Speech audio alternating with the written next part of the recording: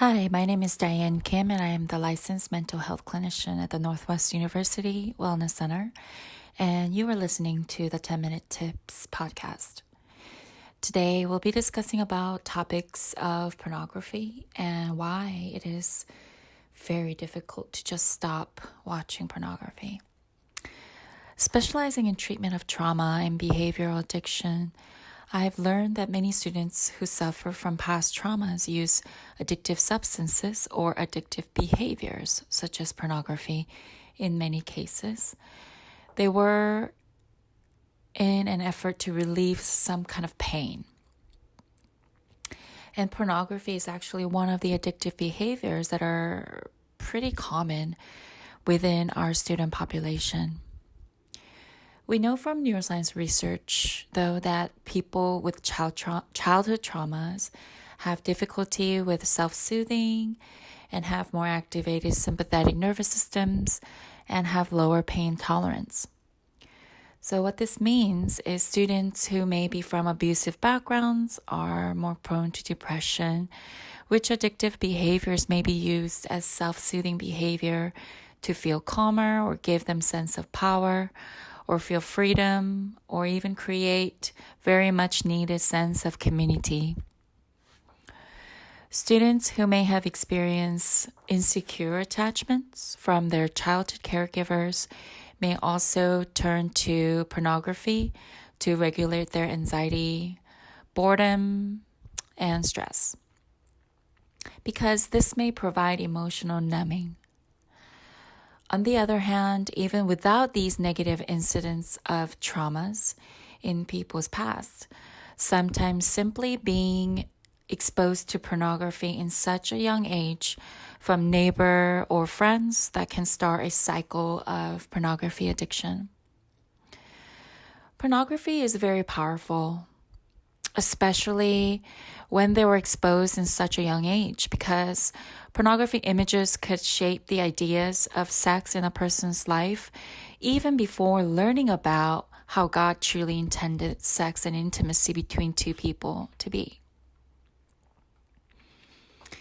Watching pornography overstimulates the brain by offering many explicit images and causes numbing in emotions. And here are some ways that pornography affects our brain. Prolonged use of pornography may impair students' ability to regulate emotions. It often causes decrease of motivation to complete any tasks or decreased control over dysfunctional behaviors, which means as college students who are trying to stay on top of rigorous class requirements, pornography addiction can cause tremendous harm in our students' daily functions. Many times, pornography addiction co-occurs with sense of loneliness, social anxiety, emotional numbness, and very often depression. Our students may seek help from mental health professionals because they thought they have depression, anxiety, or sometimes symptoms are quite strongly correlate with pornography use. Battling with pornography addiction entails more than just stopping this behavior. Often it requires that students need to work with a mental health professional to rewire the strong addicted brain. A neuropsychologist, Donald Hebb, discovered that neurons that fire together wire together.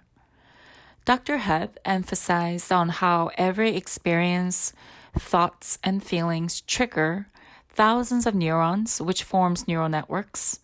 And when these neurons fire often in particular patterns, they will actually link up and associate and create a stronger circuitry that continues to support that behavior, even it's not a healthy behavior. For example, if a person watched pornography since age of 12 and on, and if that person's now 25, the neural pathway for urges to watch porn in this person's brain is incredibly strengthened all those years. So now the person's brain is full of cues that reminds them to watch porn. And it could be time of the day, or maybe it's certain place that triggers them, or it may be some imageries that pops up in person's mind that gives them the cue. With such strong circuitry established in their brain, it is not easy to simply just stop watching pornography. So, what can we do to decrease or stop watching?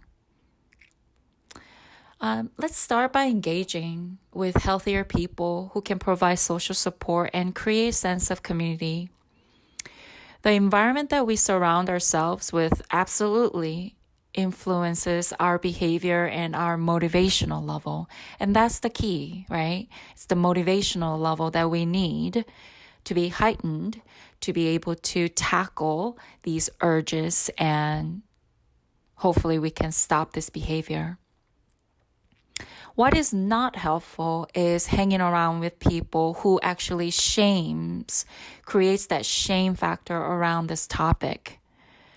But surround yourself with people who you can feel safe and be able to discuss with and open up with. Simultaneously, do seek out a licensed mental health professional to reduce the urge to watch pornography. And I would recommend seeing someone who have experiences working with pornography addictions. Next, increase your awareness in triggers and patterns of pornography use. For example, when are you feeling the urge to watch porn? Or are you stressed that day before you had a strong urge? Did you feel lonely right before you felt the strong urge to watch porn? Simply and very non-judgmentally, notice your cues and triggers to watch pornography.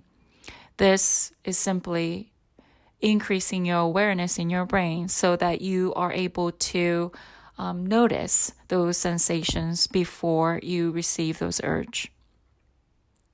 Lastly, get involved in pornography support groups within your church or where you feel safe with to increase sense of community and accountability. Treating pornography is not about denying that you use pornography. It is rewiring your addicted brain through replacing it with healthy inner strength behaviors that you already possess within yourself. We already have a lot of inner strength from God, created by God, that helps us to battle pornography addiction.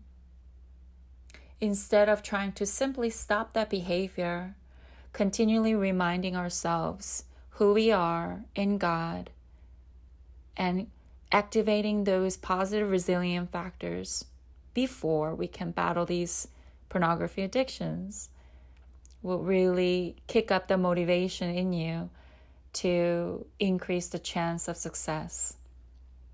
I'm here to say we're here to support you at the Wellness Center. I hope you have a great day.